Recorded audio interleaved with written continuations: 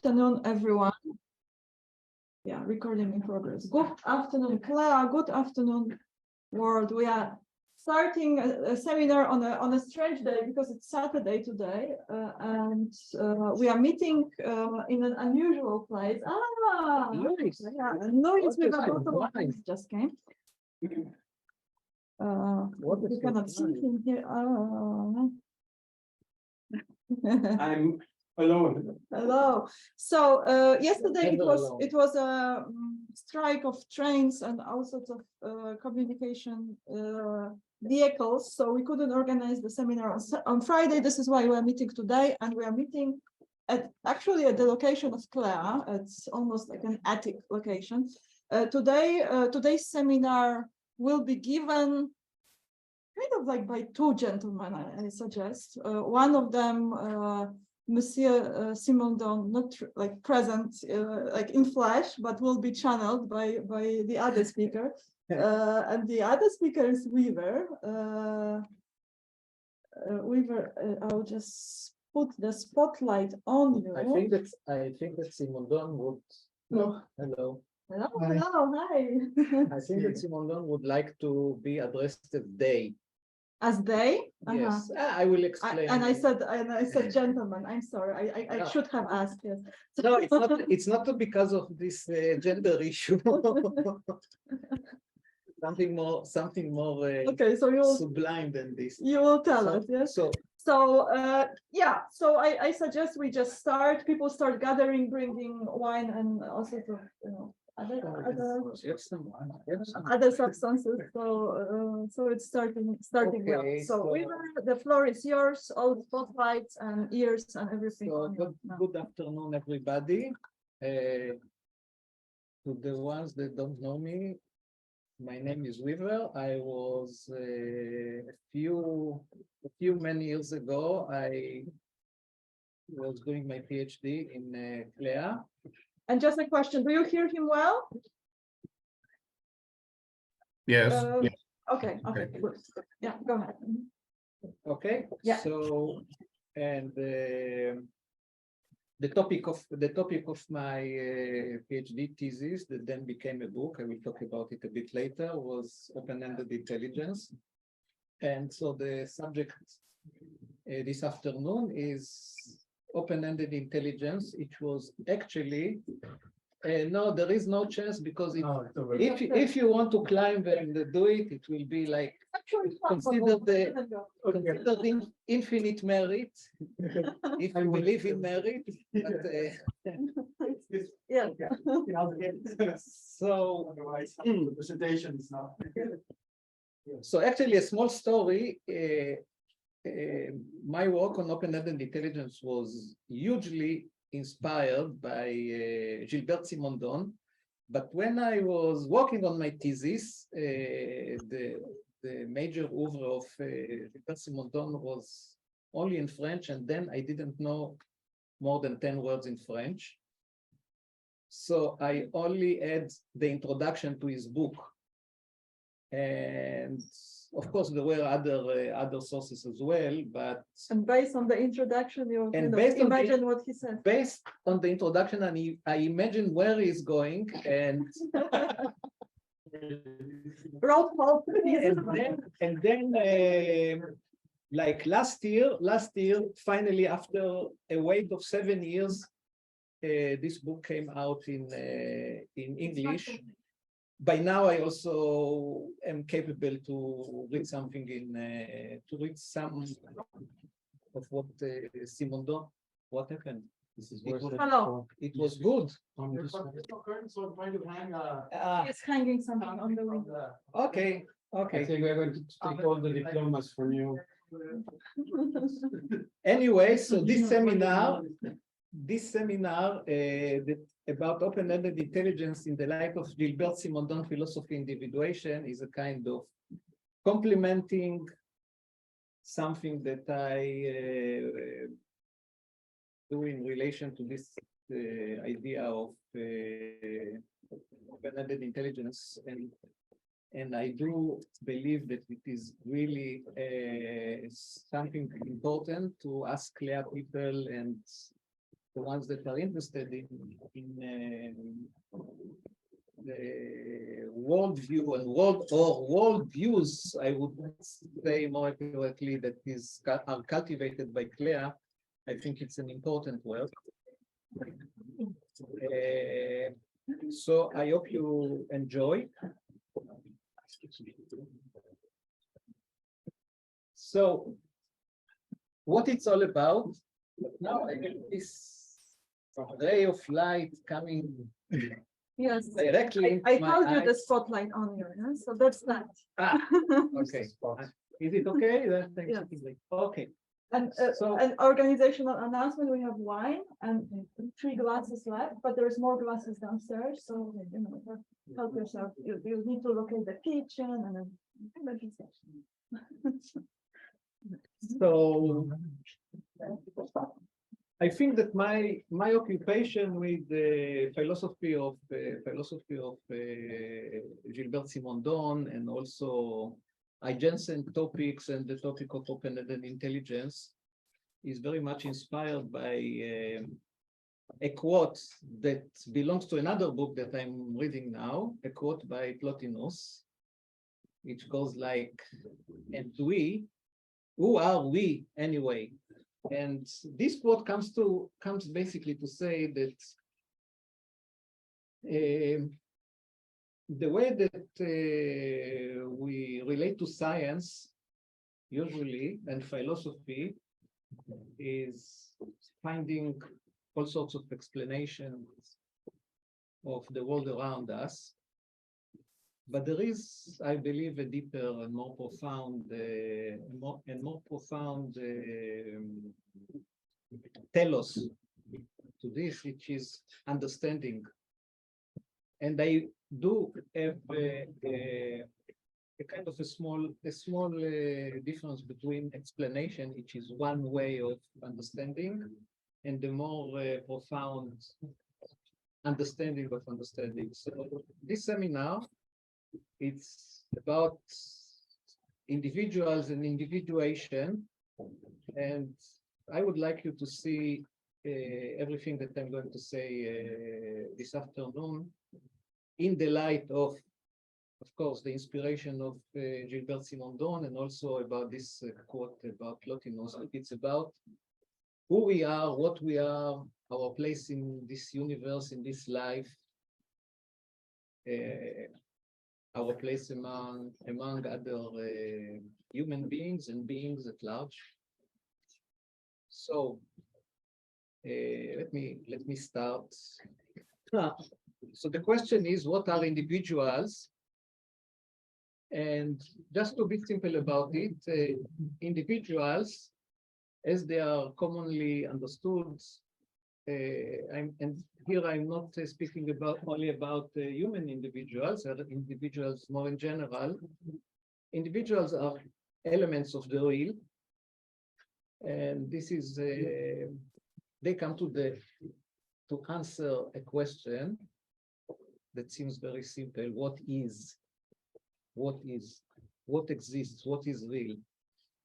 And from this word individuals, there is a verbalization or a derivation of the word individuals, and this is individuation, which comes to ask the question, okay, if we are habituated, and we are habituated from basically from the beginning of history, or maybe the beginning of language, we are habituated to see the world, to understand the world, to understand ourselves in terms of things, individuals that are things, objects that are more or less well defined, or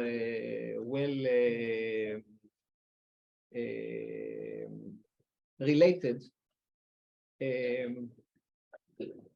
There comes to mind a question, maybe not by everybody, but people that want to go deeper in understanding in the more profound sense of the word, is how individuals come how do they come to the world? You know how babies are coming to the world. So You are going to explain? and this is maybe maybe we come to this topic a bit later. It's interesting, but let's start from a wider. If we are about philosophy, let's start from a wider question: is how is the genesis of individuals taking place? So how suddenly we have tables, humans, animals, ideas, emotions, buses, trains, Saturdays, afternoons, seminars, all are things. How do they come to exist? And maybe just to make this question a bit more challenging, is how individuals, the genesis of individuals is taking place. But to try to answer this question without presupposing individuals, yes, because all along history, we have an answer to the question of individuals and individuation, meaning like individuals are coming from individuals, yes, like babies are coming, baby humans are coming from baby humans are coming from humans, baby cats are coming from cats, baby dogs are coming from dogs, and etc., etc. Okay, so we can expand this. That's a good question. Or is it too soon for a question? Sorry? Is it too Is soon it about for a babies? question? It's about babies. Yeah, it's about babies. No, can I ask a question, or you want to just continue? Just in a moment, let me finish this.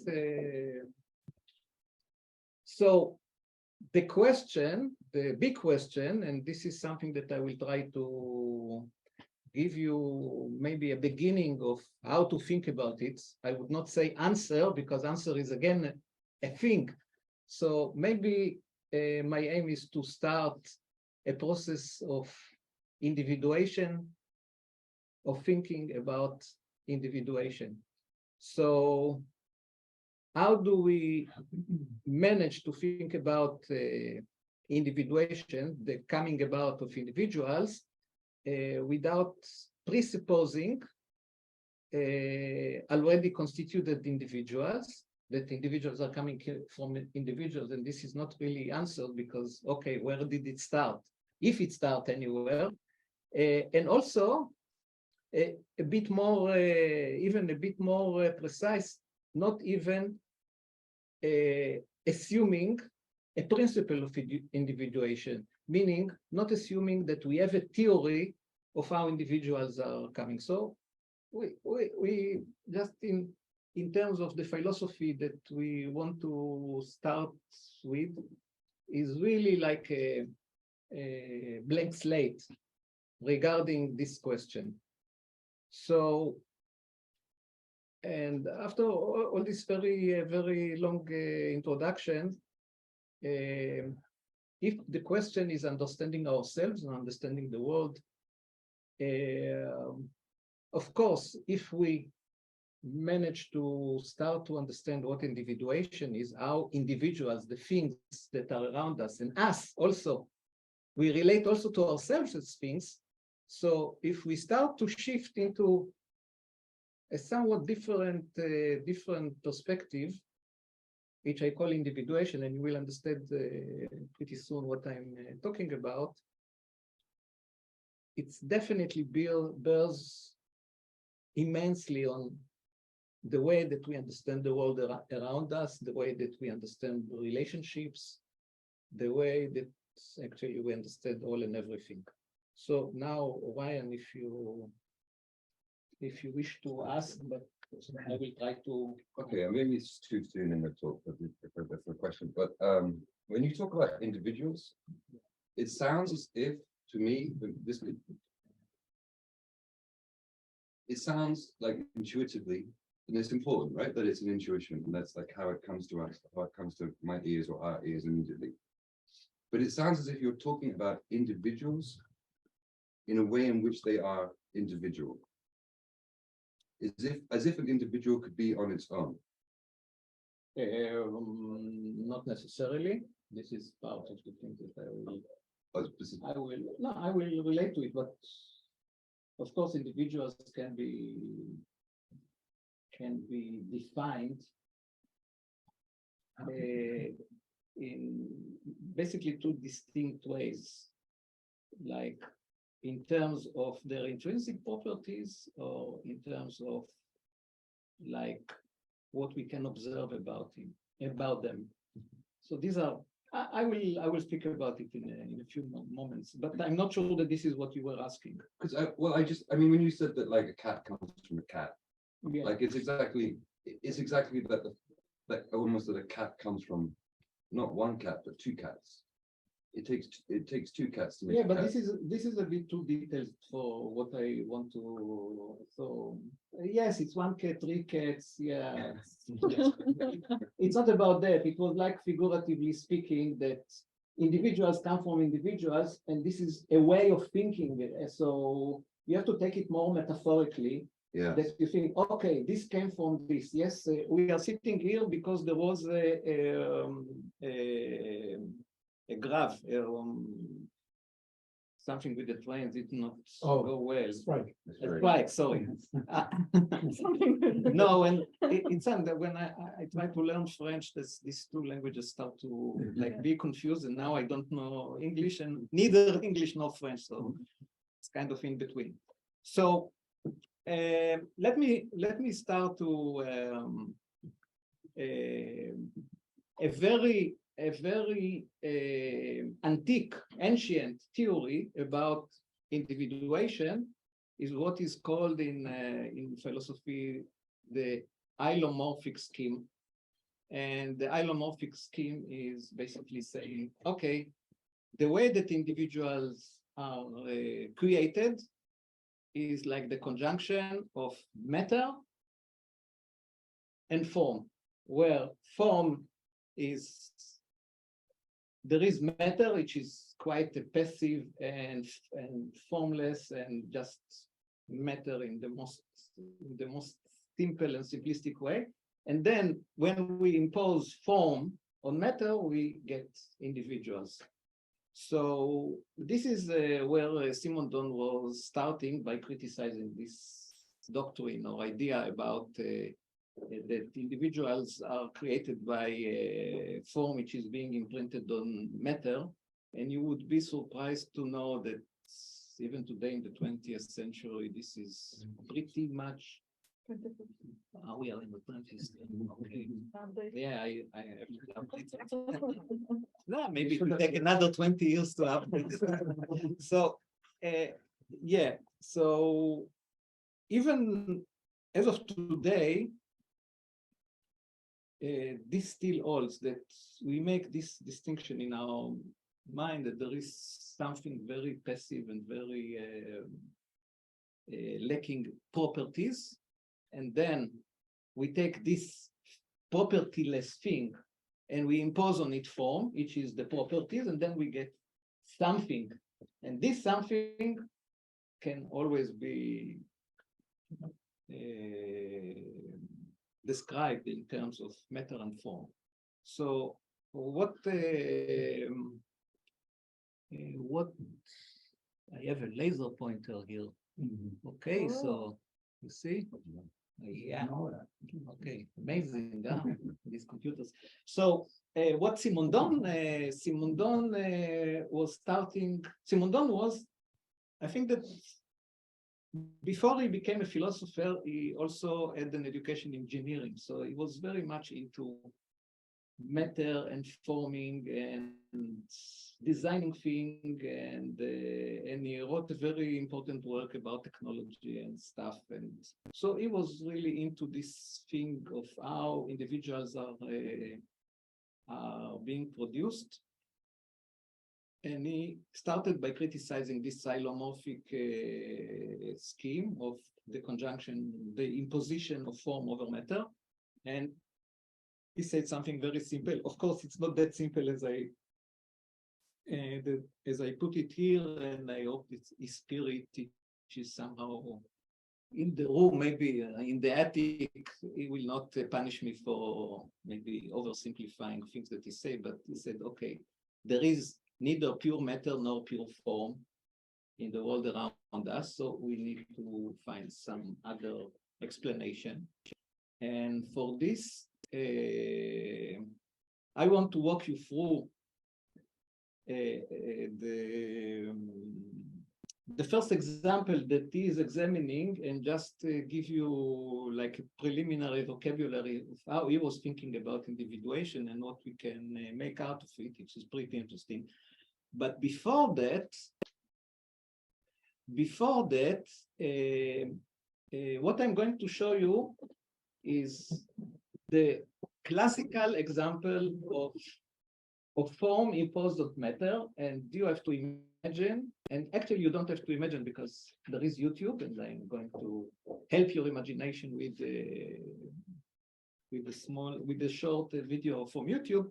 But think about clay bricks used to build buildings, and think about this matter, the clay, which is formless, being put into this form or kind of mold, and then we get these bricks that are formed. And this is when you think about individuation, this is a very, very accessible metaphor, and this is, I believe, where this alomorphic philosophical doctrine came from. So it's take form on one side, take the matter, and let me show you how it's done. Now I have to, what do I have to do is, where is the Zoom? No, it's not this. Where is it? Just excuse me for a moment. I have to. You need to go to this window that you are sharing. Hmm? The window that you share. This is the window that I'm sharing, and I have to what? Where do you have it? Oh, it's another. Here. No, it's not. This is the. I want to share this now. Yeah, so stop sharing this. Okay. I don't do it. See. Aha. Okay.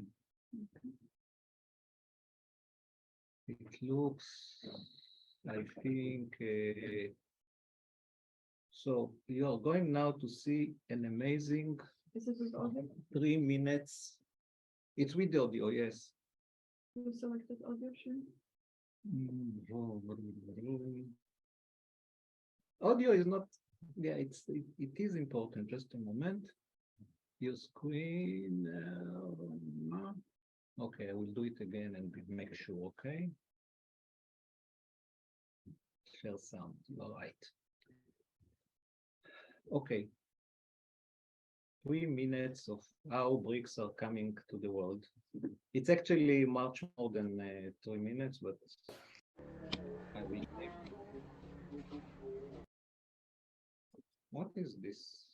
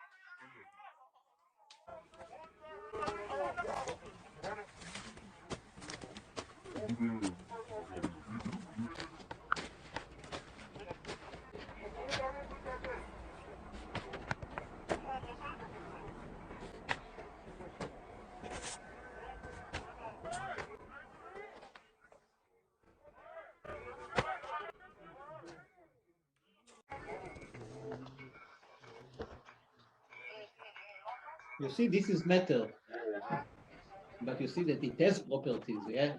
It's not like pure matter in the sense of not having properties. It has color, it has consistency, viscosity, and whatever. And actually, it's already a combination of matter and soil elements, whatever. This is the magic.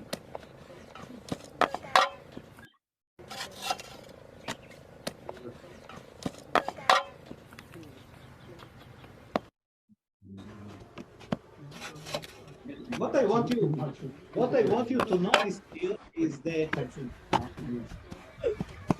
that it's a very repetitive process. However, this repetition is really not perfect. So all the bricks are both similar to each other and also very unique. Okay, you see, this is the actual, and there is a proof of quality in a moment that you see it, and then boom. Yeah, you see, it's real. That's an individual. So that's a beginning of individual, and this just to give your imagination a way to start thinking about it.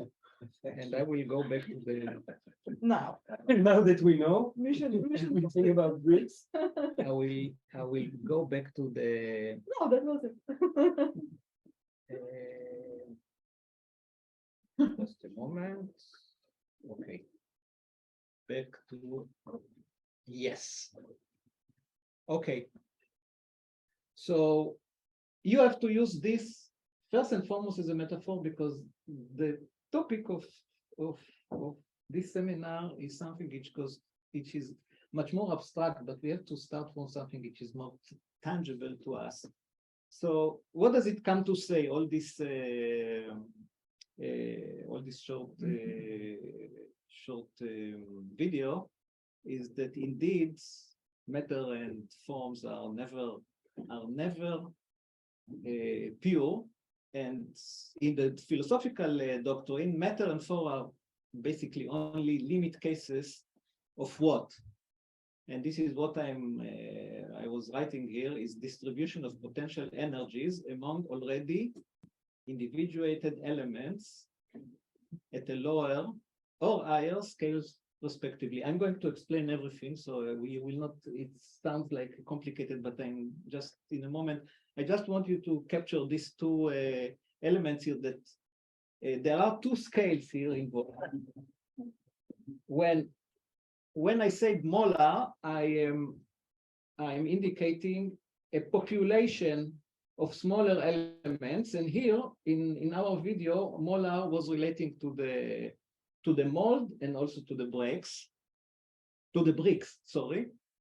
And the molecular is like this unseen elements of the clay. And so let me try to describe to you what is going on there.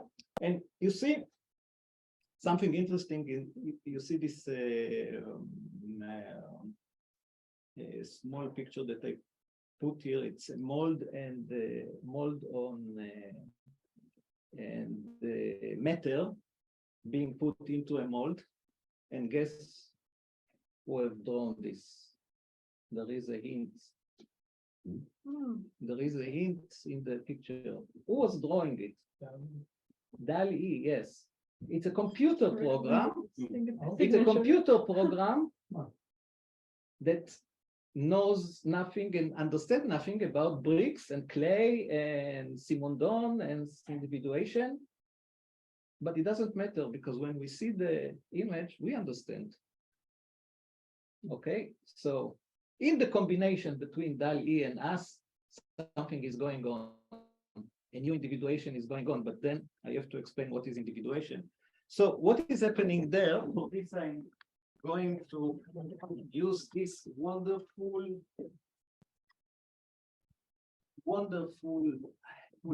blackboard, which is not so black, but anyway. So brick making. We have a mold.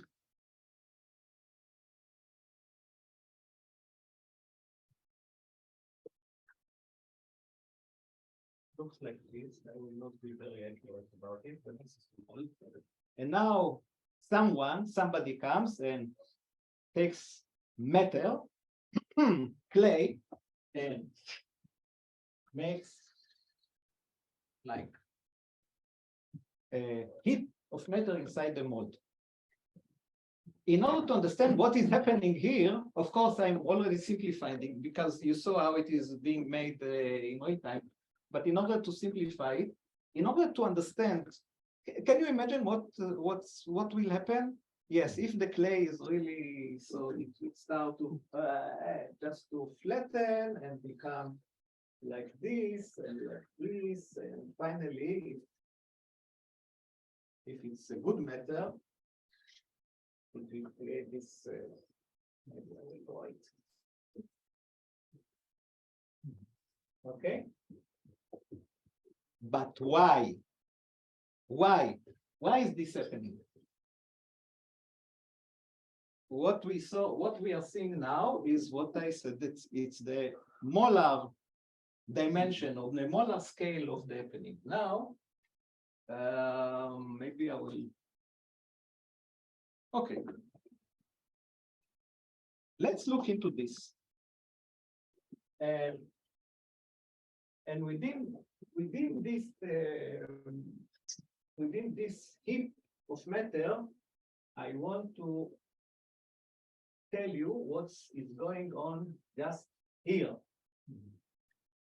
Okay?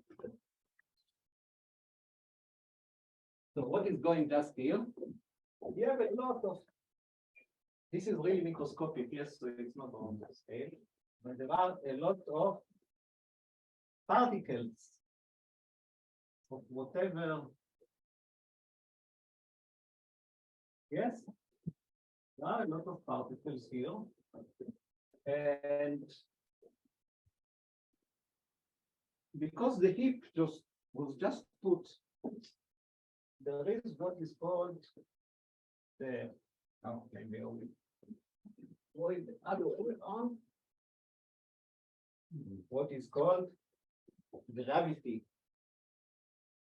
Gravity. So if we take one particle here and we try to see what's going on with it, so there is this power of gravity, a force of gravity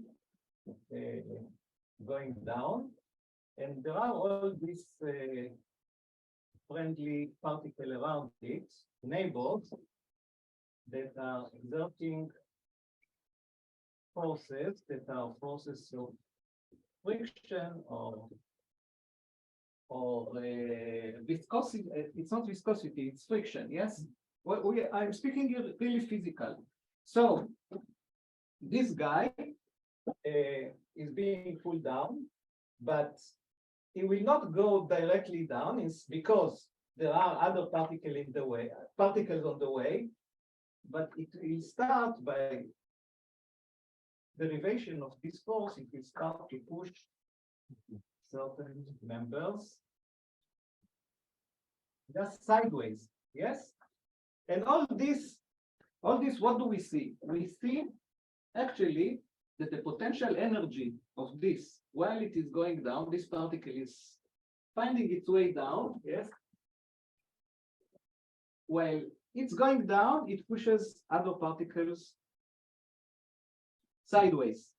Yes, yeah, you see that it's I'm really going here to the and then and just to remind you, all this is a metaphor to something which is much more abstract. So we have a potential energy, and the potential energy is not distributed equally or uniformly over all the particles. Some particles are above, so they have more potential energy in relation to the basis, while others that are very close to the bottom have less. Okay, so by putting this clay into this mold, I have created a kind of an asymmetry in the distribution of energy. So what we are seeing here in the macro level is actually corresponding to like interactions of all sorts of forces between the element of the clay, and this whole thing continues and continues and continues unless what? At a certain point, like here, certain particles here, okay?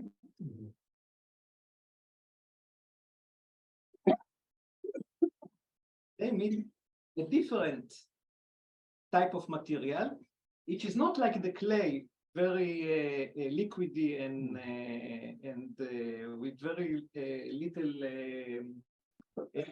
friction among the particles, but here it's a piece of metal, a piece of wood, or whatever, which is like much more rigid, and therefore, when suppose like this guy is pushed like this, and part of it, it's like in physics, so it's pushed a little bit down, and it's pushing against the wall of the mold, but the wall of the mold being more rigid, it pushes back.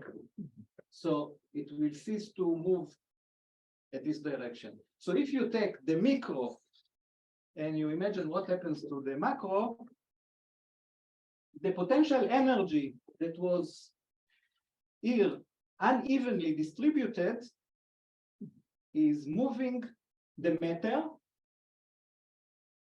until a point where the energy is more or less uniformly distributed, and then we see something which is stable. So this is like the beginning of understanding of what individuation is happening. And now we have to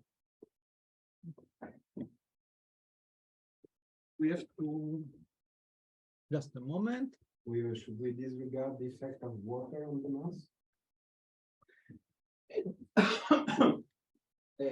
Who was asking? The effect Because of it's no. dry. When it's going to be dry, it will stay in a heap, even if it's. Yes. Just first and foremost, yes, you are right, because I'm not going here into the physics of the brick walls. It's all a metaphor to something else. But to answer your question, of course, the water is very important, because the water is the medium that transmits power between the more rigid particles of the clay. So it is necessary. Without the water, it wouldn't have worked. And you can take like, I don't know, sand. With sand, they have some transmission of forces between the particles. But what is important is in the micro level, all the particles are interacting with each other and are capable to redistribute the potential, the unevenly distributed potential energy. Okay? So if you follow this, now a bit of a vocabulary that I hope will help you think about more clearly about individuation and what I want to say. So here are three terms, important terms in the philosophy of Simondon. The first is the pre-individual. And what is the pre-individual? Here in our example, it's this difference or non-uniform distributiveness of energies that is capable of driving and reorganizing matter. Now, remember that here it's very clear that we have physical energies and physical particles, but I can quite easily show that in much more abstract processes like life processes, even neural network learning, in evolution, in psychological processes, we can map this same idea of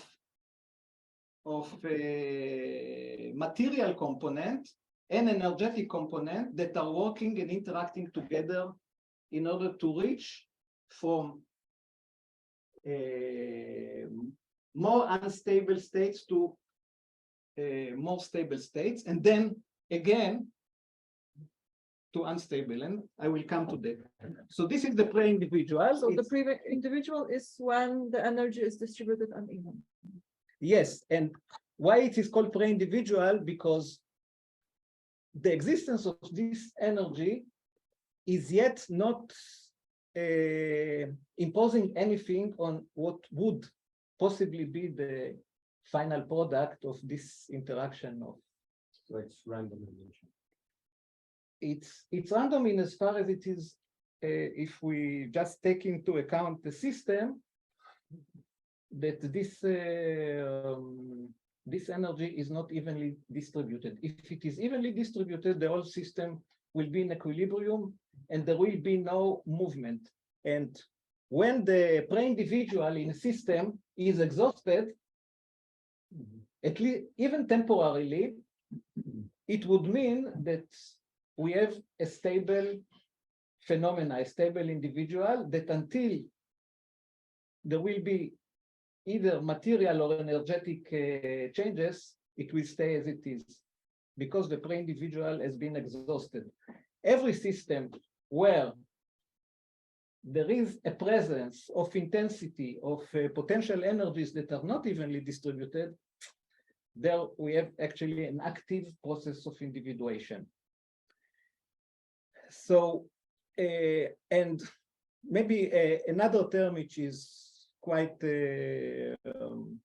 important, it is also mentioned a lot by Deleuze and other philosophers that were dealing with this kind of phenomena of individuation, is a singularity.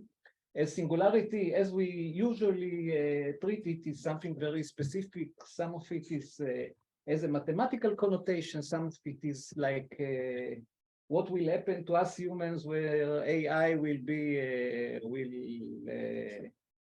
become infinitely smarter, etc. But here, singularity basically means one thing and one thing only. It's the symmetry breaking of a system that allows this homogeneous redistribution of energies that reorganize matter and drive actually a process of individuation. And and one last term here, which is really also very important, is that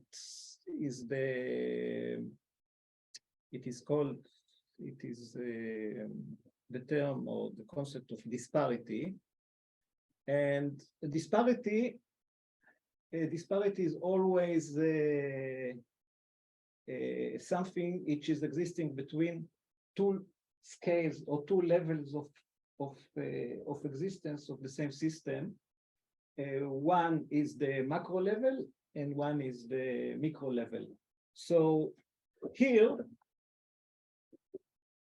when we look at this picture, just I'm using it as a intuition pump in order to understand it then more abstractly, is once I put the clay in such a manner, there is a disparity in the system that drives reorganization and redistribution of both matter and energy until we get a brick. But you can imagine that this mold that like confines it in space could be of rubber.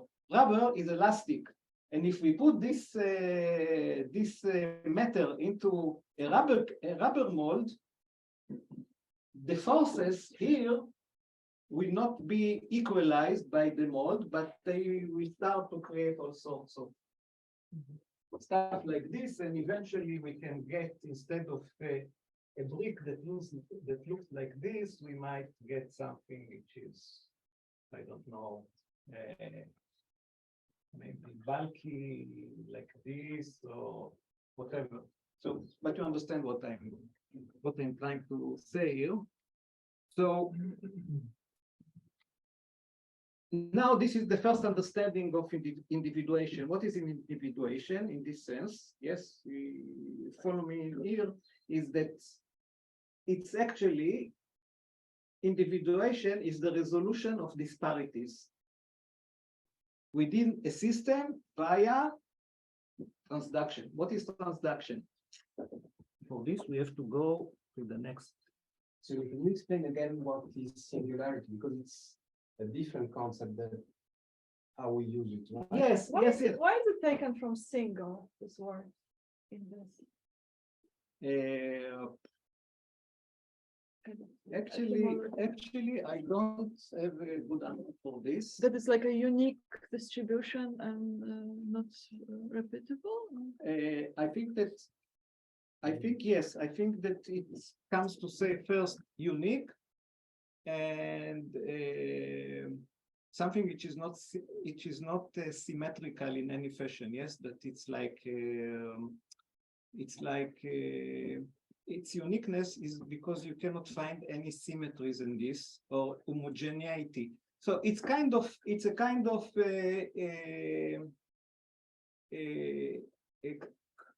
contrary to what is homogeneous. So it's like one off moment, yes, but it's also temporal because in a moment it Yes. will change. Yes, And disparity, like meaning that like in your explanation it says that there is no distribution between this molecular molar, but they are both.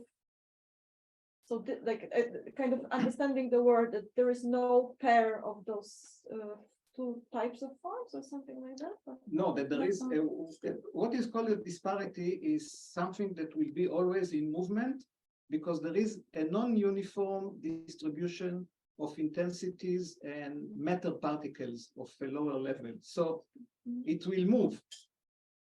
And I will give maybe in a moment, I will give a few more examples. So what is transduction? Yes, Ryan.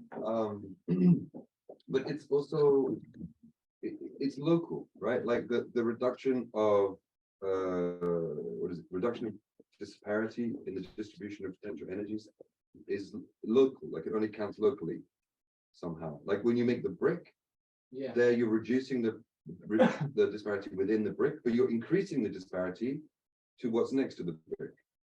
So it's like reduction of disparity, but like Yes. in relation to some fixed point. Yes, when we go to the more abstract understanding of individuation, of course, we are always looking at a certain system that is that, and I will come to So this. the word is relative to the system you Yeah, it's always relative to the system, but you can ask, okay, but who decides Right. what is the system? Yeah. So the system in general, when we speak about individuals, the systems are always open systems.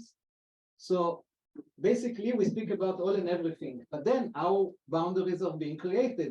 Boundaries are being created exactly by this process of individuation that brings about individuals. Individuals are always temporarily stable and temporarily confined to a certain space-time configuration, but this is always temporary. Even this that looks to us very, very solid, in terms of 1 million years, it doesn't exist. It's just it's a blink of an eye. It's created and it's Okay, I see what I see. Yeah. There was another question. I'm sorry. Yes. Yes. I'm just wondering if we're already in the critique of phylomorphism, because in the first slide it said that Gilbert Simondon there is no pure form or yes, pure this matter, but are we already in that critique or? we move through this quickly because what I wanted to say, and this is very brief, and I'm already well past. I was thinking that I will finish in 1 hour. And I don't have enough slides to entertain you, but it's it's not the case. So no, the critique was that there is nothing like pure form and pure matter. What we have is always a certain kind of, so pure form and pure matter can be considered as limit cases, but in the middle, we have always matter that also already has certain properties like the viscosity between this particle, and there is a distribution of energy that may come from the outside, may come from the inside, and the interaction between them is the Simondonian answer to how individuals are being formed. So it's not like abstract form imposed on abstract matter. It said these do not exist. It's just ideas that we think about. But in the real world, there is always this redistribution of energy that also mobilizes matter. And basically, what is, and this is what Simondon is called transduction. And you may understand from this example and other examples that I hope that I will have the time to talk about. And transduction is actually an energetic and topological process of change. Topological, I mean how what we call matter in our case is being redistributed, and also the energy which is being redistributed. And of course, we can see what I try to see in this kind of scribbling is that the potential energy is being either dissipated or being transferred into like energy that moves particles. So this is just to have in mind how it works. Yes. Yeah, just a quick question. As far as we were talking about systems before, why do you refer to like the CLEA brick, for example, or something like this? Sorry, again? Oh, why are you using the language of individuals, and why aren't you referring to it as a system itself? And maybe you'll talk about it later, but it seems like an individual would be a system. So I'm just curious, why would you say? I will be coming to that. If you will still have the question in a few slides, just ask it again, okay? Sure. So the next term that we want to talk about here about this idea of individuation is metastability.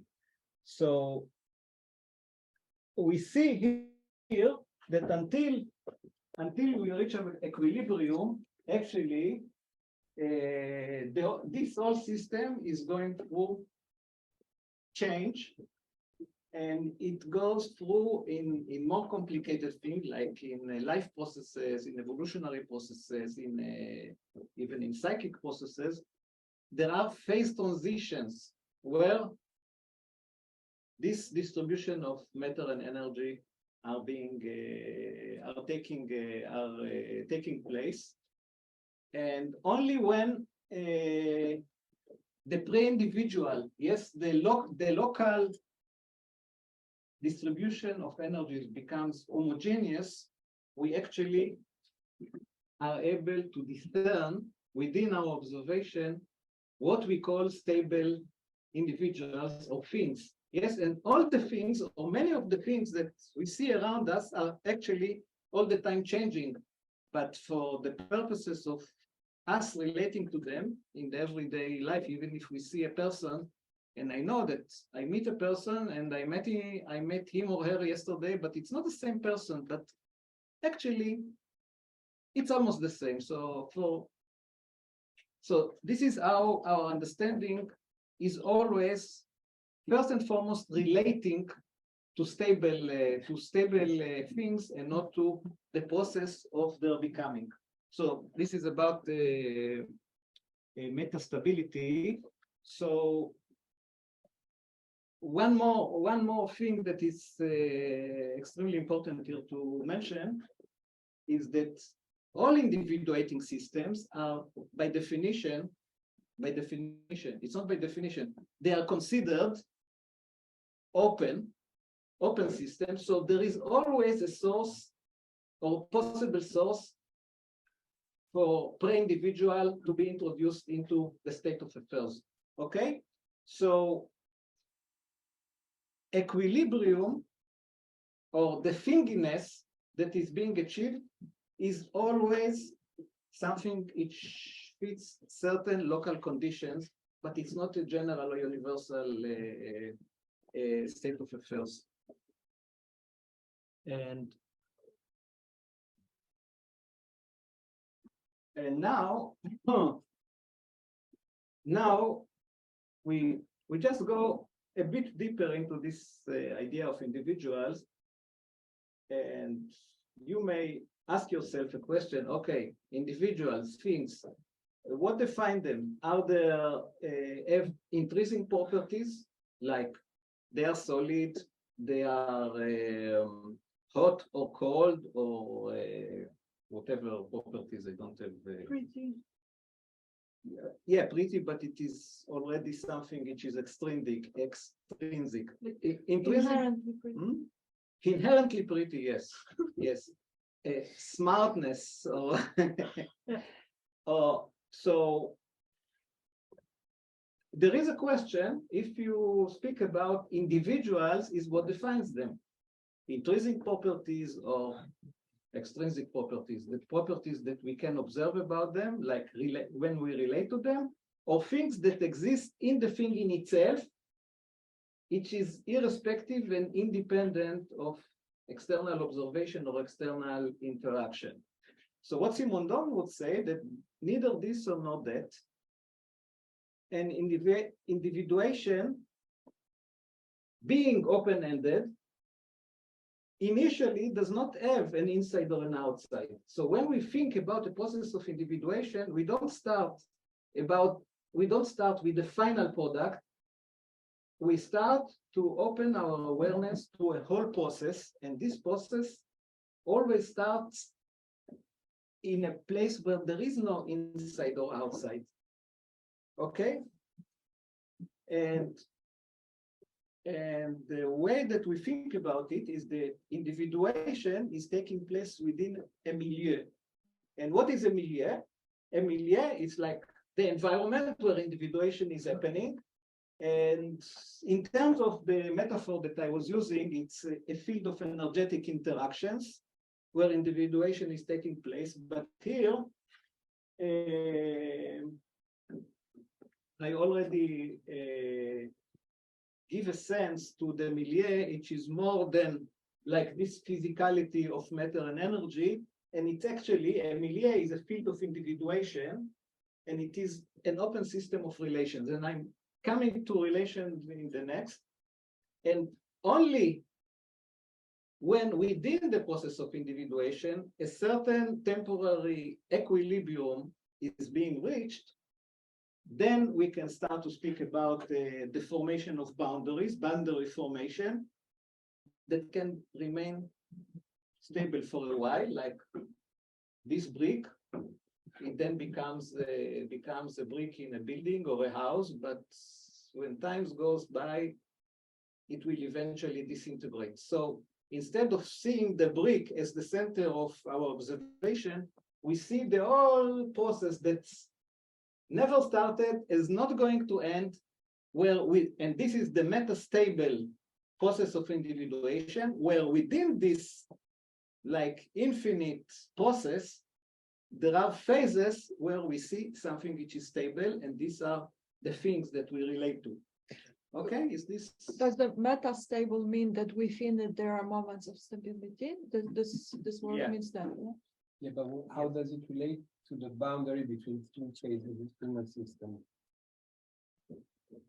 Because you said before that it was something that was near it, not that, okay, that it was between two energetic systems. Yes. That the boundary. Yes. So Yes. how do you relate that boundary between two Yes. systems that have different equilibriums and this boundary? It's a good question. I don't know if I have the time to discuss into the more in depth, but if we look back at this metaphorical thing, we have this clay, and I was kind of focusing on what is happening here. And then I said, okay, the mold itself is also a configuration of energy and matter, but different. The relationship between in the micro level, the relationships between particles create something which in the macro level is much more rigid. And therefore, the interaction between the so-called mold, which is matter and energy, and the so-called clay, which is matter and energy, the interaction between them creates this form. Okay? But of course, there is more to say about it. So I want to yes, Soraya. Maybe completely off, but does it require someone to care about it? I'm going to speak about it as well. It's of course, this is one of the ace questions and just a promo, a teaser, yes and no. But I'm coming to just in a few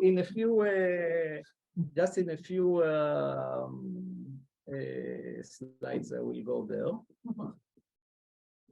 And now, okay, this is one of my. It stands in the middle more or less because I have. I think I have 15. I have 15 slides. So there are 7 before, 7 after, and this is like the centerpiece, which I like the most. And what does it say? I put here actually a quote from Simondon. Yes, it's all a quote. Yes, it's in. So one must find the point of view. One is us. We must find the point of view, our point of view, from which the individual can be grasped as an activity of relation, not as a term of this relation. Properly speaking, the individual is in relation neither with itself, like we are used to think about, we are in relation with ourselves and we are in relation with the world. No, this is not what Simondon is trying to say here. Individuation, he speaks about the being of relation, not a being in relation. So, us, can I erase this? Yeah, okay. No, there was no protest. There was no protest. So We have witnessed an inner conversation. okay. So regularly, normally, how do we think? We think in terms of things. There is things A, a thing Z, and the thing A. Just random, and we have relationships between them. Like this. This relates to this, but this relates to this, and okay, this is like a system of relationships.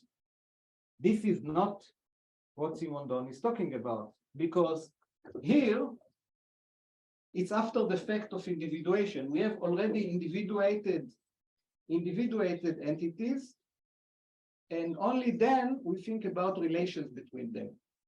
What he tries to say that first, what is real? What is assigning as being is a being of relation. We have in an individuating system, there is only relations. And relations are not just an idea that we have in our minds when we observe something. A relation is this interaction that I was like, remember this, between the particle. A relation is something that also involves intensity.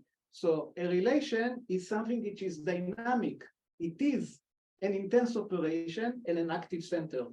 And this is one of the, if you remember just this, you start to have a much more clear idea on the profundity of and the radicality of what Simondon is proposing as a kind of metaphysical meditation on the world versus treating the world as made of things and like exchanges between things. So, are there any questions till now, or I will continue? I just want to comment that I like that it starts with one must find, and here you come to the observer, yes, because it's a matter of finding the way of seeing, and then Yes. you so you can like miss it, yes, but when you see that, this is the reality. Yes, the must here, yeah. of course, I'm sure that in French it's much more elegant than just the must, but basically if you want to understand me, you must look at it this way or not that way. So this is like a philosophical commitment to a certain way of observing the world. Of course, this is what it's all about. So so being is the being of relation, and relations, as already I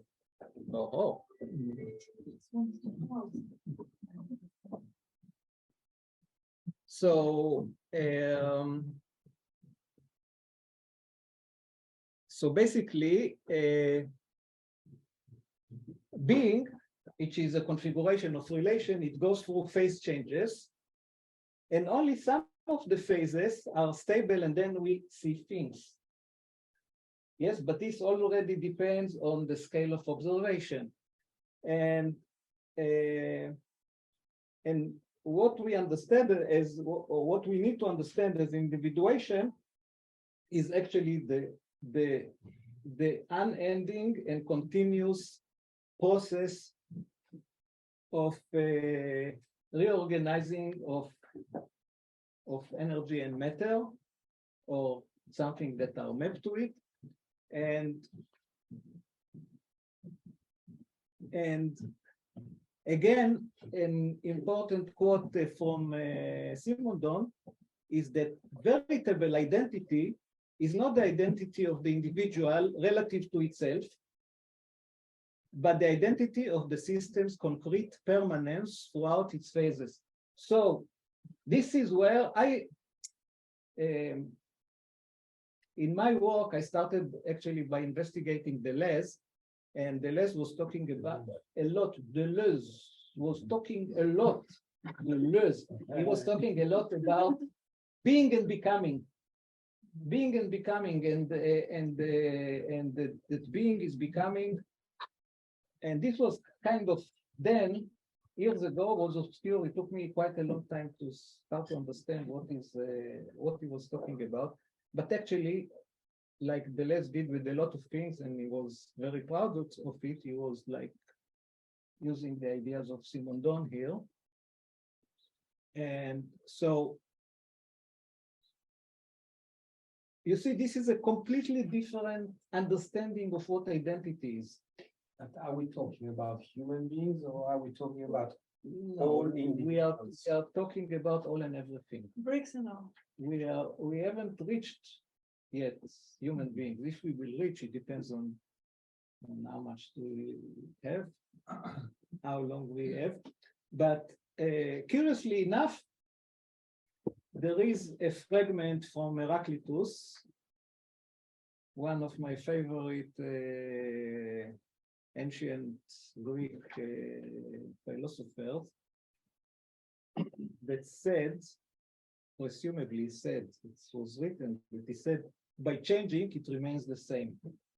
So basically, and this is very apparent when we start to think not yet about humans, but about life forms.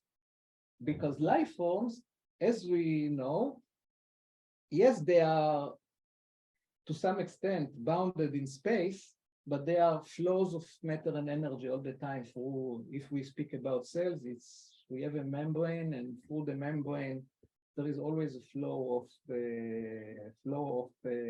molecular flow of all sorts of materials in and out.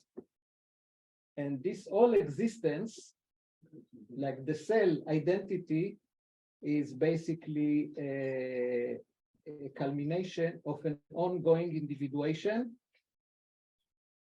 that is taking place. And of course, the physical boundary of a living cell is only one of the, if you want to, it's only one of the constraints that makes it a viable because there are a lot of different processes that needs to be in equilibrium.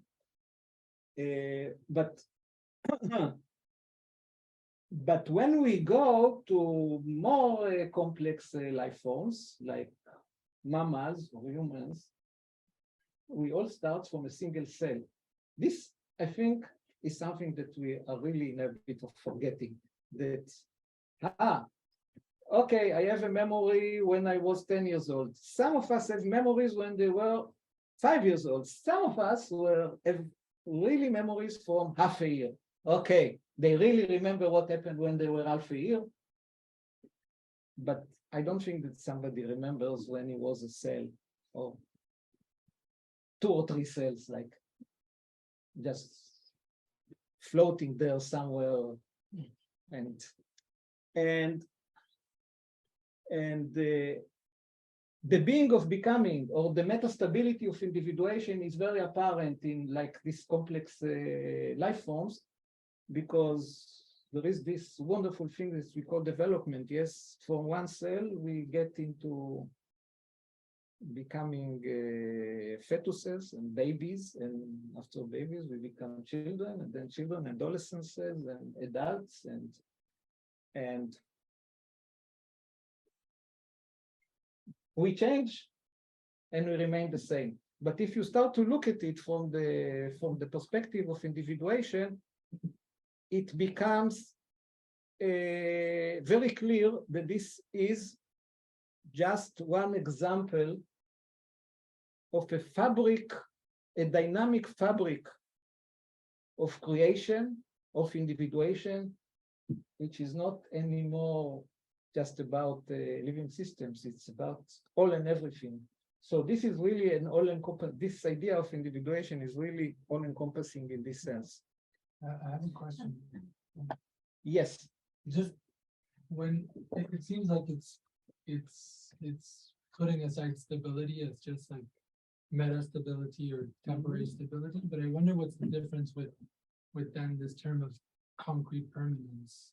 Because to me, like the concrete permanence is like stability. It's the it's the previous slide. Let me.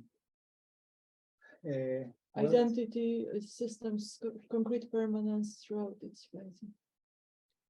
Permanence is in the sense of being, I suppose. Yes, this is a kind of a rebellious statement. You mean, no, stop thinking about stability in the sense of an observer, because in terms of my lifetime or in terms of my attention span, this thing is not changing. Yes? He said, no. The stability is actually a metastability. It's a whole process that is ongoing from time immemorial till infinity. And when we look at the system, as long as the system is being can be given as a system of relationships between two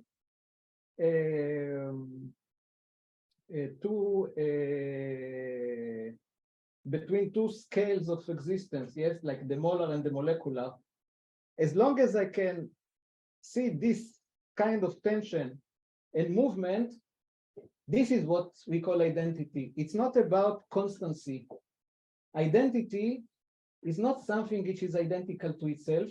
It is something which is continuously different from itself, but in a specific manner.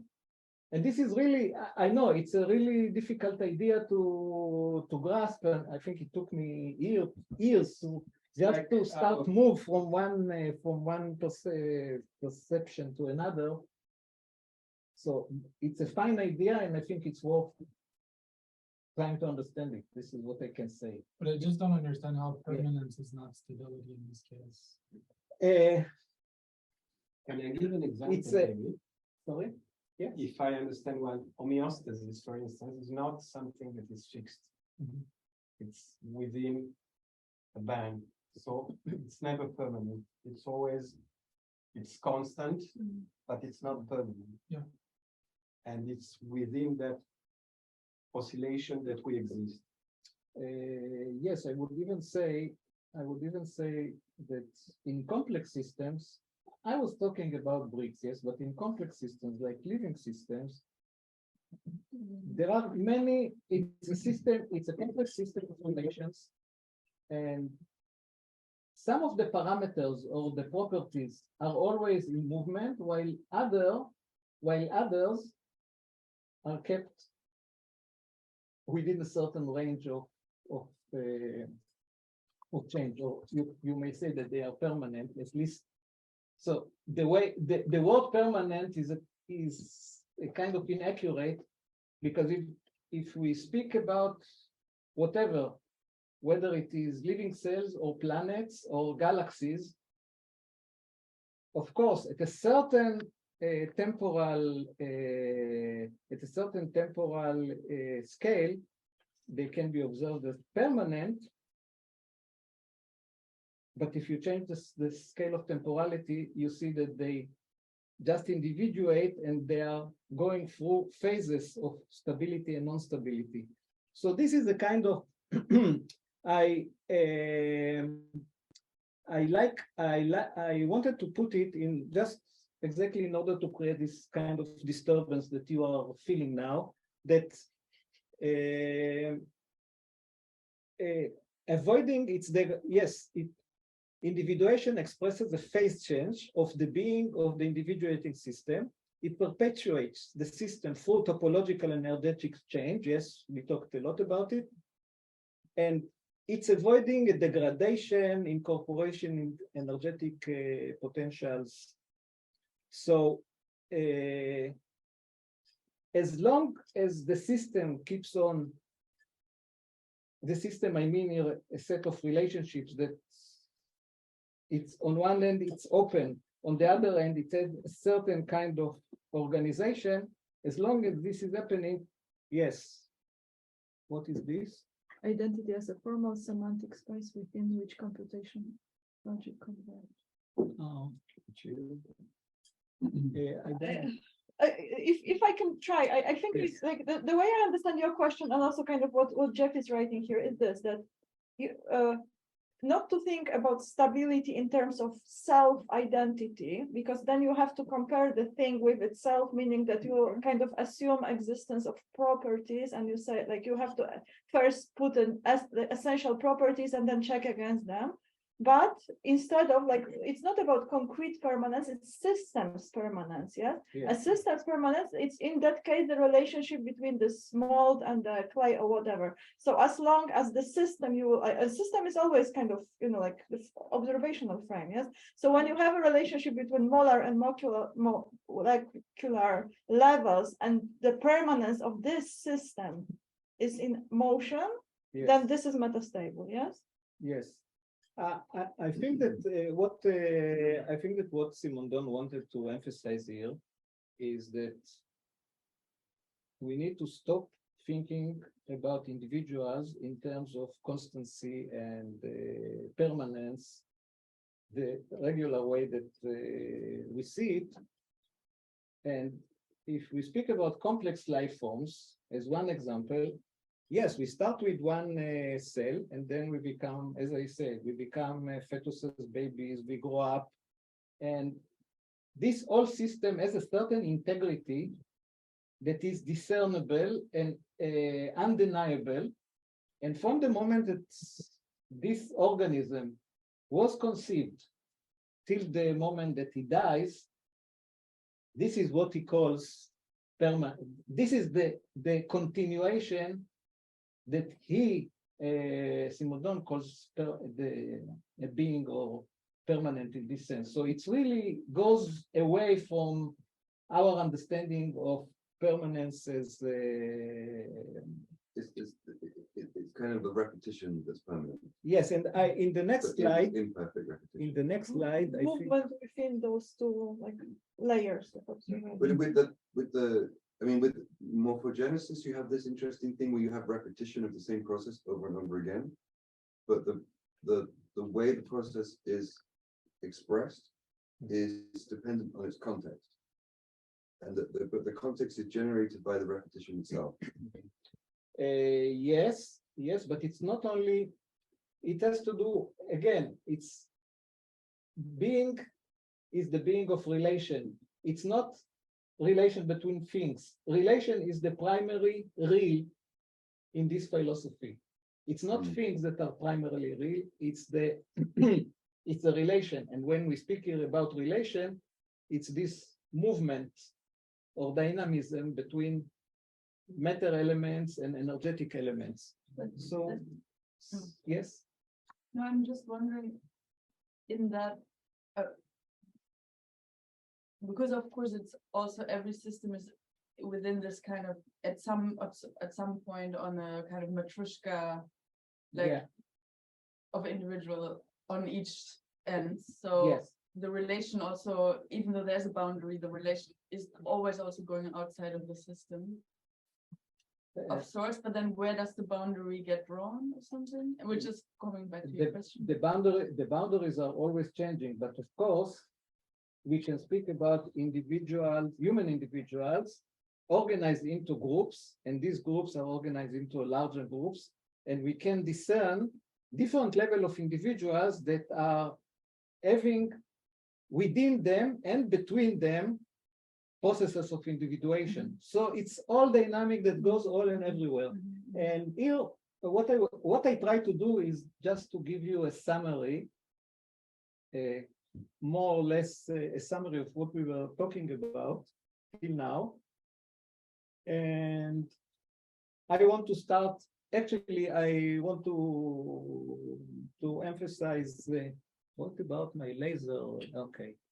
I want to emphasize this one, that we just raised this issue, is that individuals, the way that we think about individuals, are not self-identical.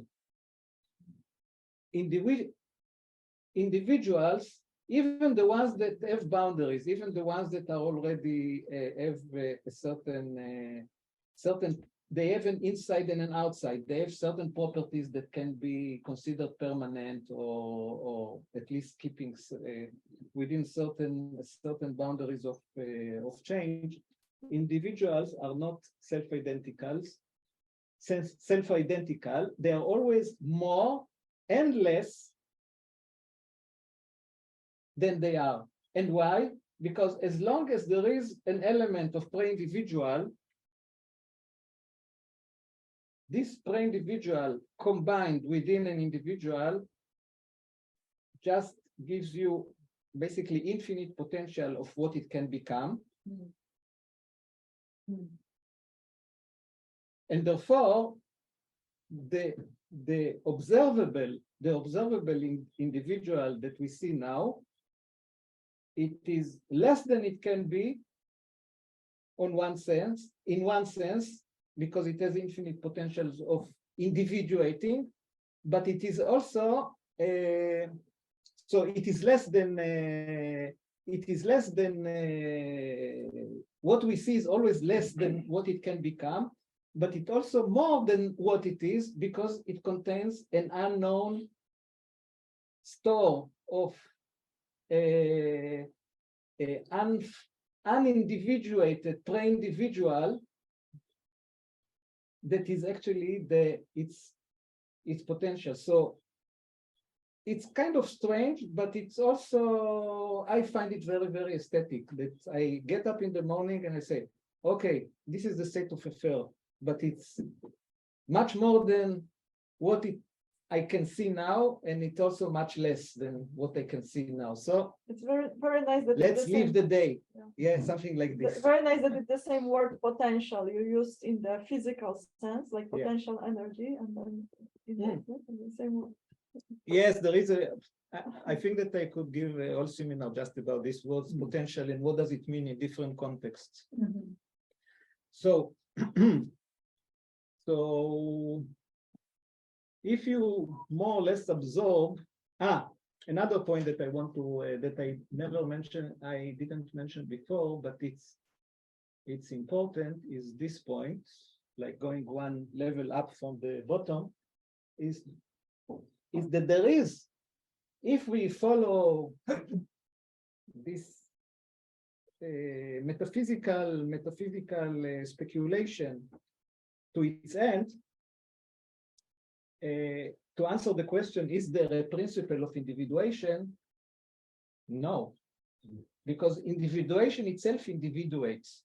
Yes, the manner by which something becomes different from itself, we cannot, of course, that some in some very specific points, of course, we can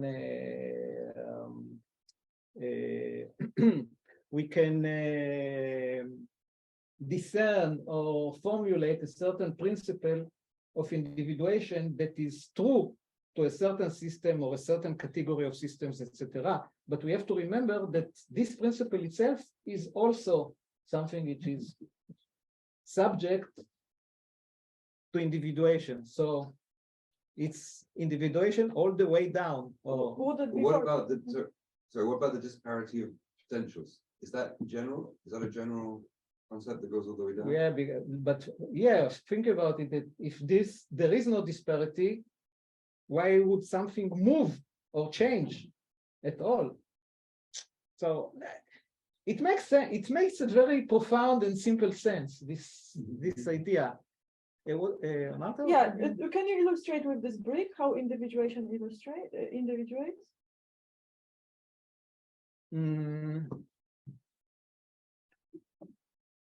In some aspects.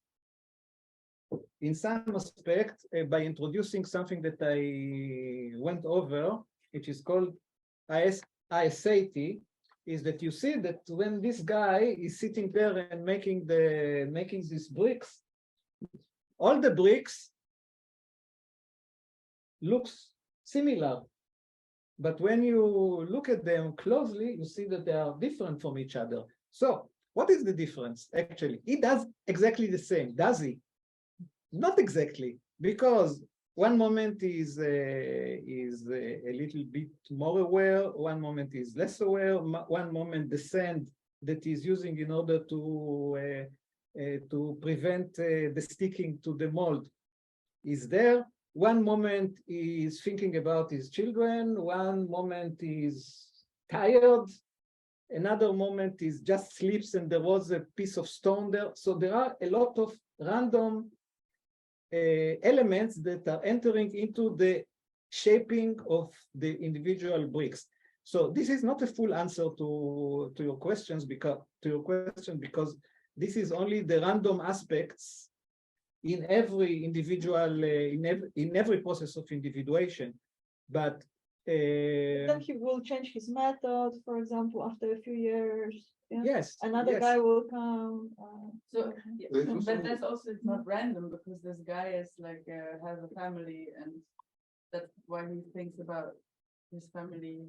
So look, in some way there's because it's a specific person who makes the brick.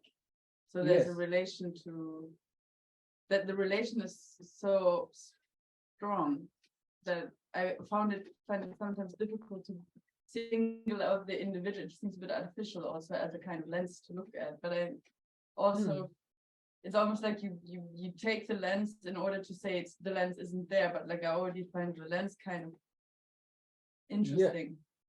Yeah, I can give another example. Is think about, we are all I think we are all over 20 something. So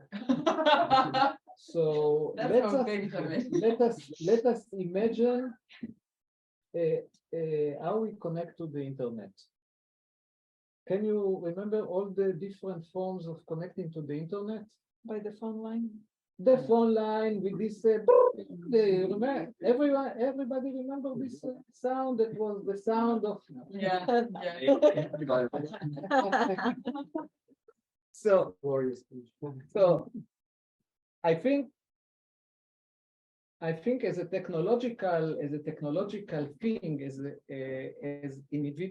individual, like this is a process, an individual process of connecting to the internet, we have already seen that the principle, but again, it's not we need to go even one layer above this, because now what I'm speaking is the principle of individuation itself undergoes individuation, because individuation itself is subject to certain singularities, symmetry breaking, and the way, like, no, I'm trying to think right now about more. Let me think about it. I will return to this point. But sorry, I yes. don't know, Yeah. I should be the one apologizing, but for me, it's also something that the guy that makes the bricks, like, he doesn't start just anywhere. Like, he starts by a river. No, he goes to a river where there's. Why does he go to a river? Because there's lots of mud there, and he specifically goes to a place where there's very little difference within the mud. The mud is more or less homogeneous. So it's like it's a very particular starting point to frame the individuation. It's like he goes to a place of like almost zero difference, no, or zero disparity. And that's also like important in the formation of the bricks. Like, or if you want to write something, you start with a clean sheet of paper. You know, if you want to, or you clean your desk, there's always this kind of cleaning off of disparity in somehow to make this these small differences forthcoming. Yes, and also one thing is that I gave you the context of what is happening. If I start to show you this video without saying anything, at the first minute, you see somebody like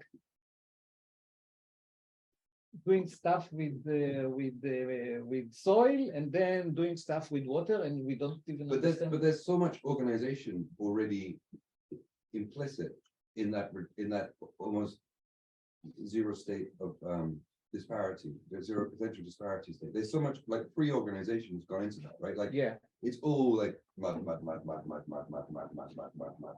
forever, you know?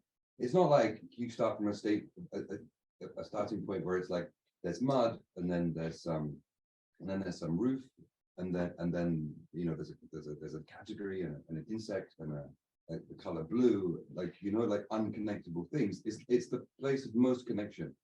Yes, and also I showed you only on the beginning of the process. There are a few more stages that are being shown. It's like it's a longer video, but I just wanted to make the point. Yes. I don't know really. I'm sorry. No, you can finish. No, I don't even know what I'm searching. So are there different types of individuation? Would you say it's unique to each kind of context, or is it like individuation is one kind of general process that is general process? It's both. Again, it's both, because when you start to discern certain categories, you see that individuation follows certain patterns and certain, like when we speak about development, for example, it looks like when a cell becomes a fetus, becomes a complete animal or a human baby. When you follow it, like when you take a picture frame by frame, it seems as if it follows a program, and therefore people were for very long, and still today, a lot of people are treating it as a kind of almost an algorithmic development, which cannot be further than what is happening there, because every step there is a system of a dynamic relation that takes into account the warmth, the mother organism, and the special changes and needs of the fetus, and it's an interrelation. And this whole process of individuation, in as much as you see it as okay, again and again and again and again and again, babies are being born, otherwise the species wouldn't have existed, and still every single one is unique development process that cannot be forecasted, predicted, but only in just very broad lines. And also in the sense that if you zoom out further, you will have a point where they stop one baby or some, you see, okay, these babies aren't human anymore. They evolve into something else. And this category of human would also be an individuation, right? Yes, I think that that's a good point. That basically I was about promising that to give an example, but I think that natural evolution is the best example. If you start to examine evolution, you see how the principle of individuation is changing, like fungi, insects, mammals, plants, marine creatures. They develop completely differently. Yes, there are certain lines that remain like similar, but these are completely different processes in individuation. So yes, and then when we move on the continuum from natural evolution to evolution for technology, again you see a huge jump into something which is completely okay. So this is really not the same. Yes, it's so let But me. there are certain relations that are preserved. Though. Sorry? Like across, for example, across all vertebrae, there are certain relations that are preserved. Yes, yes, because and then there's that kind of hierarchy of relations. yes, because if we speak about metastability means that there are more stable and less stable phases. So if you think about a principle or a program of individuation as an individual, it also goes through phases which are unstable, that maybe do not produce anything because they are the principle itself is stable, and then when it becomes stable, suddenly there is a proliferation of individuals that are coming, and they seem to be like developmentally following a program. But this is only just because we limit our observation over stable phases, and not see the whole process of individuation at large. So now, before I one last thing that in this part of what I wanted to say is a question that came up just earlier, is as the individuating system is open-ended, how do we know it for what it is? Yes, it's like, so if there are no boundaries and no constancies, and it's only dynamism, and that sometimes becomes stable and sometimes become not stable, how do we know? How can we actually have a stable observation or a stable knowledge? And the answer here, again, it's almost like it might feel like a Zen answer, but I find it very aesthetic and also profound.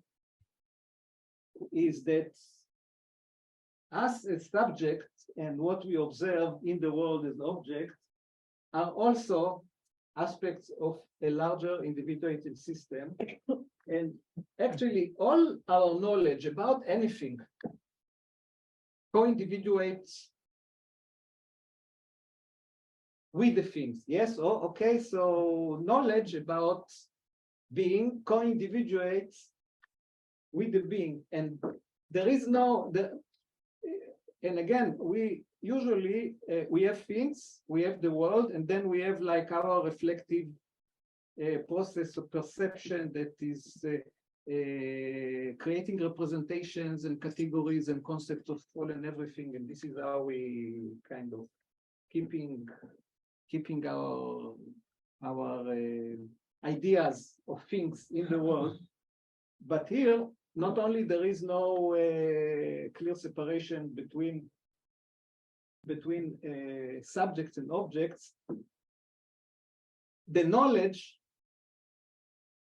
of a being and the being, and remember, being like system of relations, they are not fundamentally separate. So even though it seems like strange I think it's a very powerful, very powerful idea to start thinking about. Does that mean that the whole universe is alive? Not only alive but conscious in some manner. Yes, it's and again, it's a topic that can be open. So consequences of all this, of course, it goes to a certain kind, a certain. It's very encouraging or opening vistas of panpsychic understandings and theories, etc. But again, it's not. But I have a question happening on that scale though, like, Yeah. like if individuation is always thinking to open on different scales. Yeah. Like I don't know if it like Simondon writes about that, but is like cosmic death a kind of thing in individuation, the moment where there's like maximum entropy and no disparity to resolve? Like what happened of individuation at cosmic death? It doesn't. Yeah, It doesn't have. yeah, pretty much. He doesn't have. I didn't read anything that he wrote about the possibility of cosmic death. I'm familiar with the reflection of Deleuze. Deleuze, it's okay? Yes. Okay. You can join Gilbert. So Deleuze was referring to it, making a very interesting observation that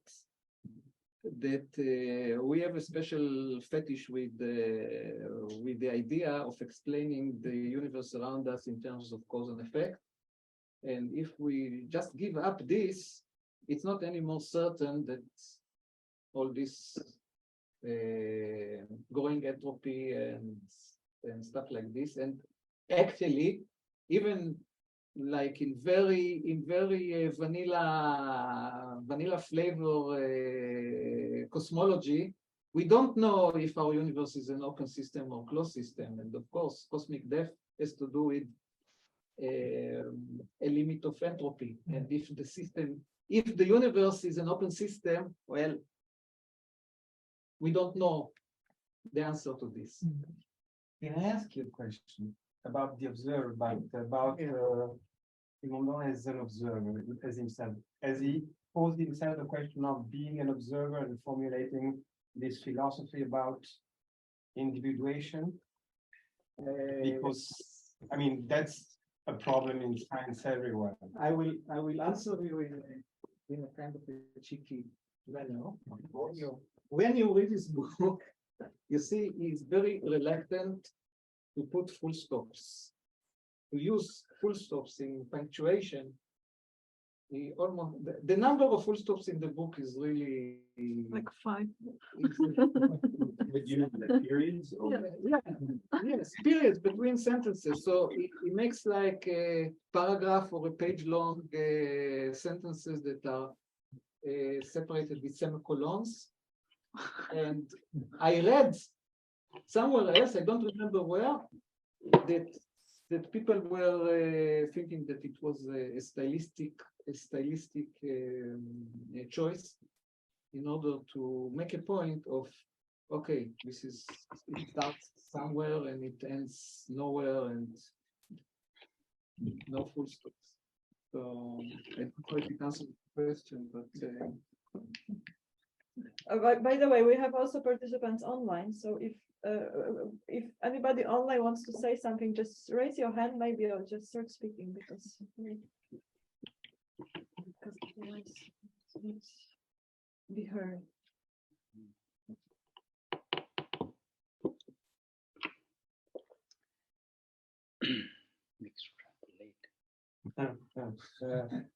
this was There is life. no. I wonder if it was a response to. No, I think it's good. Okay. It's the cosmos. So, okay, I will not, I hope to this slide I was hoping give a few, maybe we'll return to it if we have time, but I really want to come to this open-ended intelligence that appears in the title, and I will feel really extremely not fulfilled if I don't say anything about it. So maybe, so these are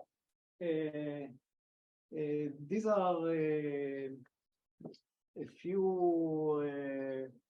what I called words of individuation, just to show in different aspects of the world, of the way that we think, how individuation can work. Consciousness, I think that I added only last evening or maybe an evening before, because I was thinking for a moment, it's just an idea, speculative idea to share with you, is that if I am as an individual, I'm all the time different for myself. Maybe what conscious experience is all about is the difference between me and me. And if there was no difference, I would be just a robot or like a zombie that is able to behave and maybe interact with the environment in some manner, but just a speculation that maybe consciousness is just the gap between me and me in the course of time. And I know that it sounds strange, but thinking about it, I think it has some interesting potential. But I will. Not strange at all. It's amazing. It's the state of your body changes from 1 second to the other, even microsecond to the other. So that's consciousness. Yes, it's you are right to note immediately that it's like multi-level. Yes, there are like from the boundary which is unconscious, semi-conscious to the most conscious. It's always like being the gap between me and me in my individuation. Okay, there is more to say about it in terms of what is the psychic and cognitive individuation, because there are, like, at least from the book from Simondon's oeuvre, invests a lot of time to understand individuation of our psyche and of our cognition, and even what he calls the transindividual. And I will say maybe one sentence to say about what is the transindividual. He says that there is always an aspect of the pre-individual in every one of us that cannot be individuated within our system, and it just finds its expression in our systems of relationship with other human beings. And so now is like positing two simultaneous levels of individuation that are working together. One of them within me, within my psyche, but in parallel and in resonance, also individuation that is happening in a group to which I belong. And I'm not speaking here about social groups. He makes a very, very fine and critical distinction between what he calls inter-individuation, which is to do with the organizational and the social systems, and this trans-individual that is actually the individuation of a person through bodies that are greater than him. And from this, he actually forms the beginning of a theory of where spirituality comes from, what forms does it take, and it's pretty interesting. Yes, of course, very much recommend to take the challenge and read the book. Does the trans individual also apply to all other types of non-human individuals?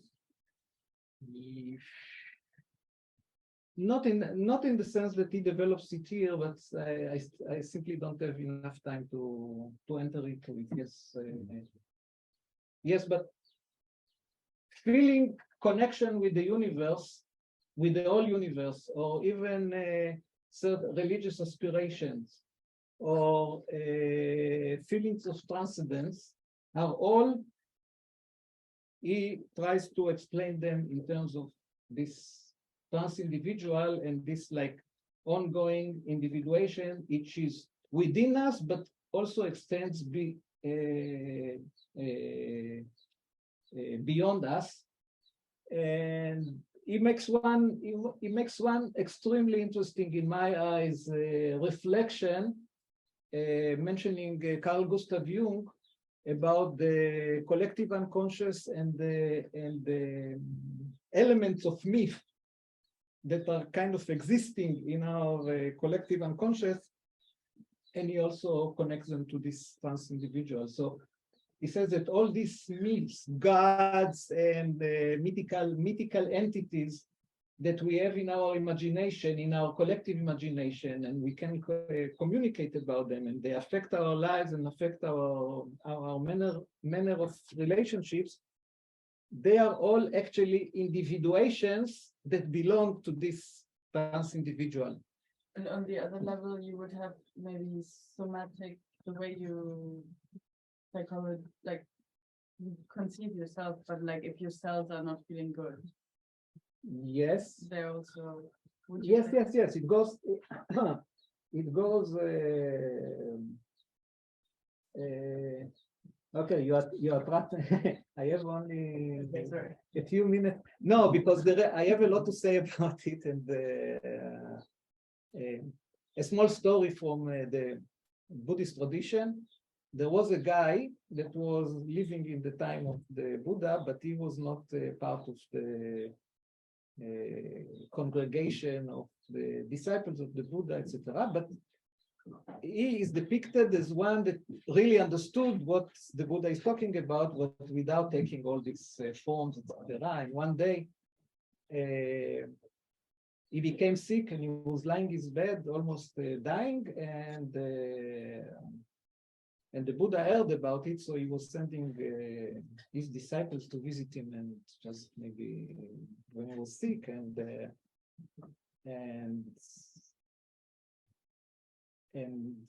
he was this guy that was in bed was treating them very harshly and just kicking them out.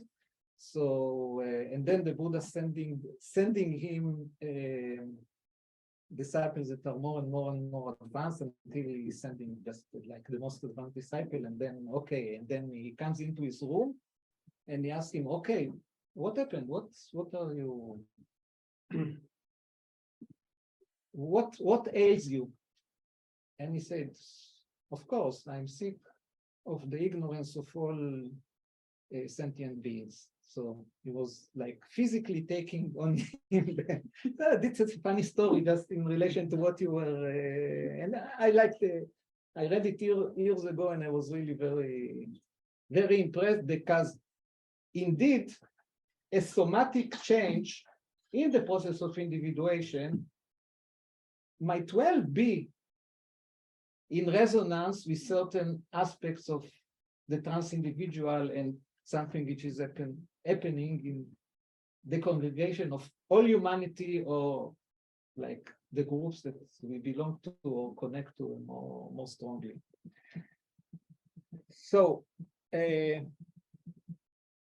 I don't have a lot to say right now, except for trying to just a kind of a summary word that this has to do with the investigation of intelligence and what is intelligence. And there is, of course, a conventional understanding of general intelligence, like going more or less like achieving complex goals in complex environments. But I think that we all agree that the most significant expression of general intelligence is creativity. And my idea about understanding intelligence, first and foremost, not as a property or a capacity, but as a process. And the generative, open-ended process of individuation is actually the fundament of intelligence.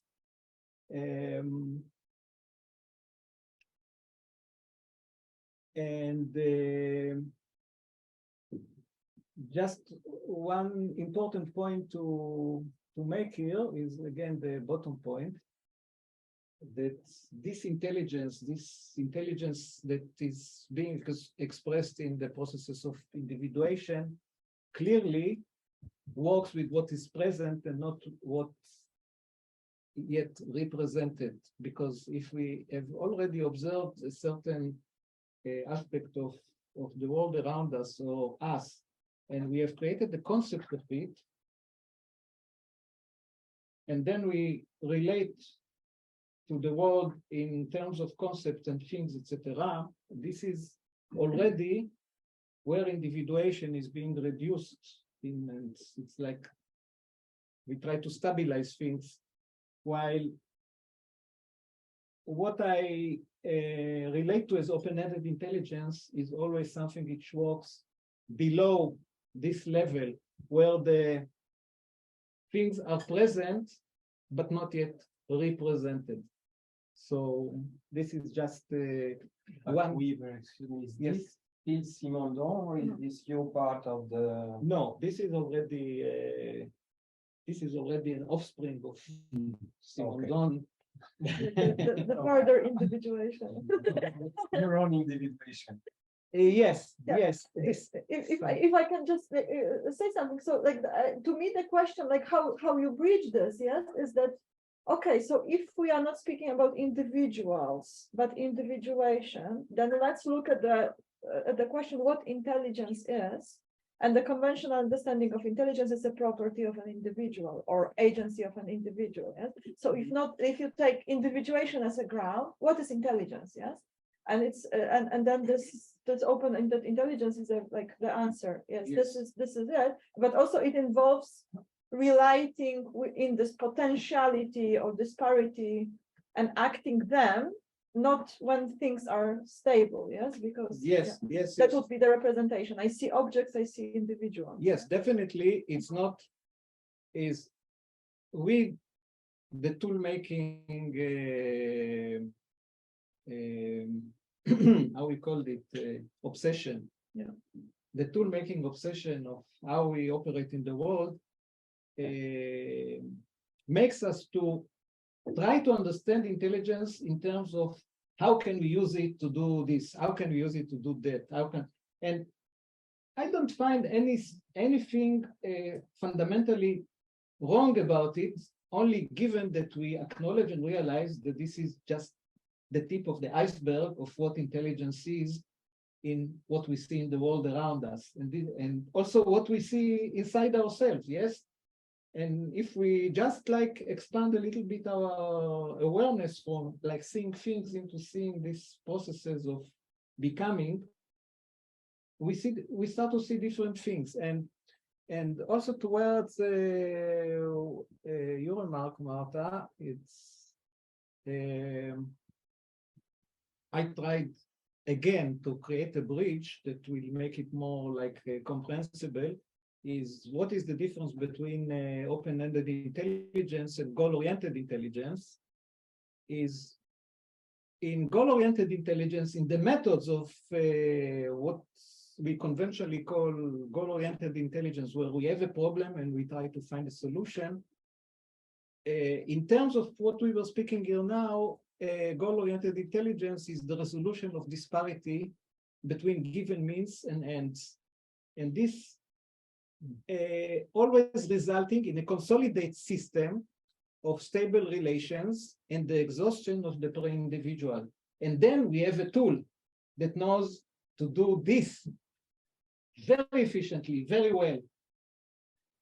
And of course, now with all these generative models that started to come into the public awareness with the ChatGPT, etc., and I also put in the abstract a sentence about it. This is a beginning of a foray of creating something which is not answering this paradigm and goes maybe the beginning of a step forward, becoming creative and in this sense, beyond goal-orientedness that always ends with the consolidated stable system of relationships, open-ended intelligence is the ongoing individuation of both the means and the purpose. So it's like if you think about goal-oriented intelligence as always happening within a mold, and yes, we are coming back to this mold. We have means on one side, we have goal on the other side, and we try to individuate it. But these are constants. Yes? So we find a solution. Maybe we don't find a solution, but when we find a solution, we have a tool or a method or a principle to go from means to ends. But open-ended intelligence is the ongoing individuating process where both the means and the purpose are themselves dynamic. And then this opens to what I call the open-ended.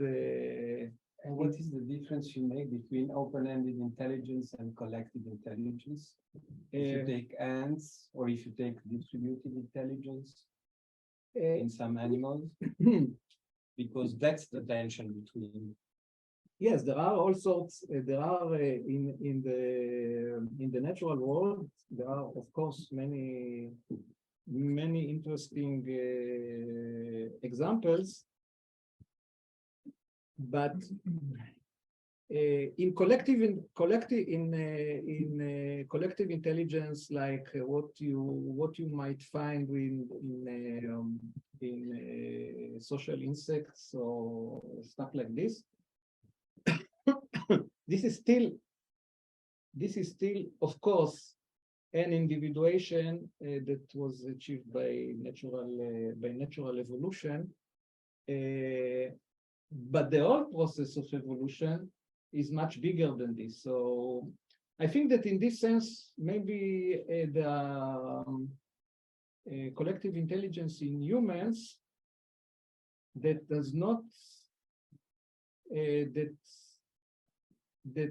consider, accommodates, and even uses as a resource the heterogeneity of this part. You remember these particles of clay. So in humanity also, human individuals are like these particles, but these are complex particles that interact in much in a different scale altogether of possible interactions. So this is where Let's say my question is, yeah. For you, open-ended intelligence is something we don't have and we should have, or is it something that we have but we are not conscious of? Closer to the second. It's of course we have it. Of course we have it, but we, in order to make the world simplified, we tend to cut at the edges and see the more stable, the more principled, the more conceptual systems of relations, because then we can categorize them, we can grasp them, we can operate them, we can manipulate them. But the edges, it's iceberg is a nice, yes, we use just the tip of the iceberg, but everything that happens below it, before representation, before having images, before conceiving, there is a dynamic living process, living not in the sense, the biological sense, it's much more profound than this, that gives rise to all this. So I don't know if it answers your question, but this is what I have to say right now for this. And okay, so if you are more also, there is a book that by you that yeah, I think it's by who I was. Of course, by now I would rewrite it from A to Z, but oh, that's your thesis. It's not exactly my thesis because I have worked it into a book, but yes, this was based on my thesis. And if you are interested, it's available in Amazon, in paper, electronic, or so.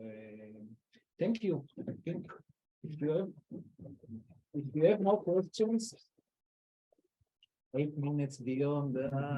Yeah, but we have wine, so I don't think that I ever managed to finish a seminar in the time, and this was the most. the mold was. No, the closest. It's like it's an achievement. It's only 8 minutes and not 2 hours extended or something like this. And I was all the time thinking, no, it's not enough in order to. I thought it's a matter for 1 hour. This okay, it's a process. Yes. Thank you for coming. you. Thank you. Thank you. Shoot.